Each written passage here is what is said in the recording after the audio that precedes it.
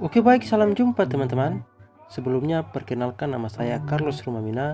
Saya berkuliah di Universitas Patimura, Fakultas Keguruan dan Ilmu Pendidikan, Prodi Ekonomi. Baik, dalam video ini saya akan mengulas sedikit mengenai masalah dalam topik wawasan Nusantara. Dan seperti apakah masalah di dalamnya? Berikut video. 2,000 years later. Sebelumnya, perlu kita ketahui bahwa wawasan Nusantara adalah pandangan dan sikap bangsa Indonesia di lingkungannya, dengan mengutamakan persatuan dan kesatuan wilayah dalam menyelenggarakan kehidupan berbangsa dan bernegara.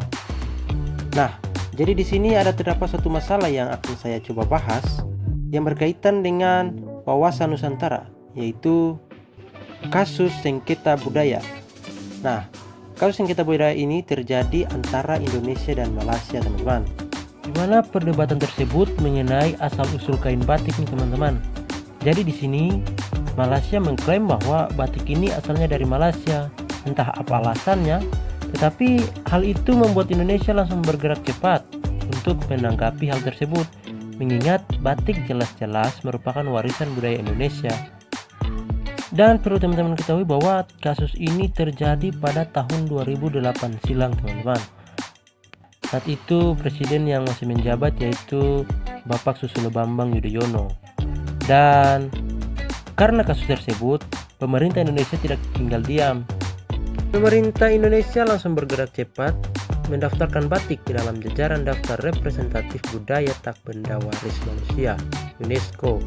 Untuk mendapat pengakuan representatif sebagai warisan budaya, proses yang ditempuh oleh pemerintah Indonesia terbilang cukup panjang. Berawal pada 3 September 2008 dengan proses nominasi batik Indonesia ke UNESCO yang kemudian diterima secara resmi oleh UNESCO pada 9 Januari 2009 untuk diproses lebih lanjut. Dan puncaknya pada tanggal 2 Oktober 2009 diakhiri dengan UNESCO mengukuhkan batik Indonesia dalam daftar representatif budaya tak benda warisan manusia yang dilaksanakan di Abu Dhabi, Uni Emirat Arab. Dan tanggal 2 Oktober juga diperingati sebagai Hari Batik Nasional sampai sekarang ini. Dan setelah batik resmi dikukuhkan oleh UNESCO, Kementerian Kebudayaan dan Pariwisata berharap batik bisa diapresiasi oleh masyarakat Indonesia dengan memakai produk budaya sebagai bagian dari aktivitas sehari-hari. Nah, itulah penyelesaian yang diambil oleh pemerintah atau langkah cepat yang diambil oleh pemerintah dalam menanggapi pengklaiman dari Malaysia bahwa batik adalah warisan budaya mereka. Dan dari masalah di atas, pasti teman-teman bertanya-tanya nih, kenapa sih hal itu bisa terjadi?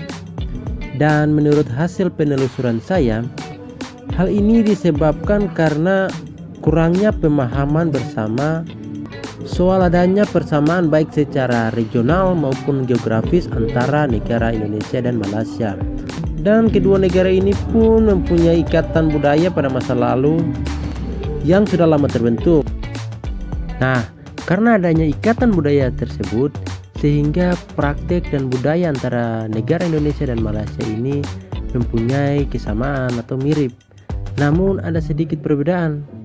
Nah, perbedaan inilah yang menjadi celah untuk timbulnya permasalahan. Dan bagaimana caranya agar sengketa budaya ini bisa terminimalisir, agar budaya batik kita tidak lagi diklaim negara lain sebagai budaya mereka?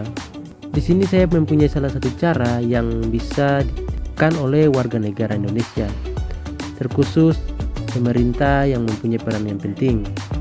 Caranya yaitu dengan mempromosikan budaya batik baik di dalam negeri maupun ke luar negeri dengan berbagai macam cara yang intensif dan berkelanjutan, sehingga terbentuklah image bahwa batik adalah milik negara Indonesia atau identitas negara Indonesia. Oke teman-teman, itulah sedikit penjelasan mengenai permasalahan dalam wawasan Nusantara. Saya harap teman-teman bisa mengerti dan memahami dengan video yang saya buat kali ini. Semoga apa yang saya jelaskan di video ini bisa menambah wawasan teman-teman sekalian. Oke, dan untuk mengakhiri video ini tidak lupa saya mengucapkan terima kasih buat teman-teman yang sudah menonton, dan salam pengajar.